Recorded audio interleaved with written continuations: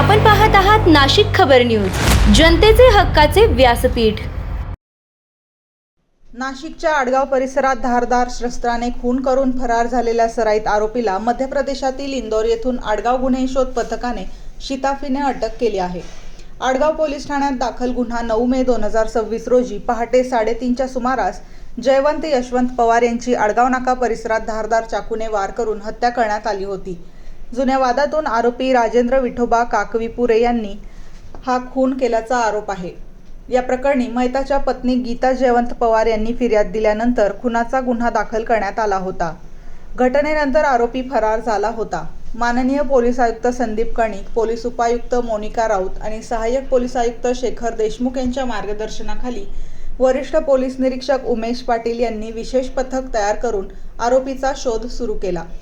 Police हवालदार दादासाहेब वाघ यांना मिळालेल्या गुप्त माहितीनंतर पोलीस उपनिरीक्षक विकास पंचमुख, इम्रान शेख, शिवाजी आव्हाड, निलेश काटकर, मनोज परदेशी, सुमित शिंदे, शक्ती पेंढारकर, मनोज मोरे यांचे पथक येवला, नागापूर, डोंबिवली आणि उज्जैनपर्यंत पोहोचले। आरोपी उज्जैनहून इंदोरला गेल्याची माहिती मिळताच इंदोर क्राईम ब्रांचच्या मदतीने सिल्वर मॉल परिसरातून आरोपीला ताब्यात घेण्यात आले।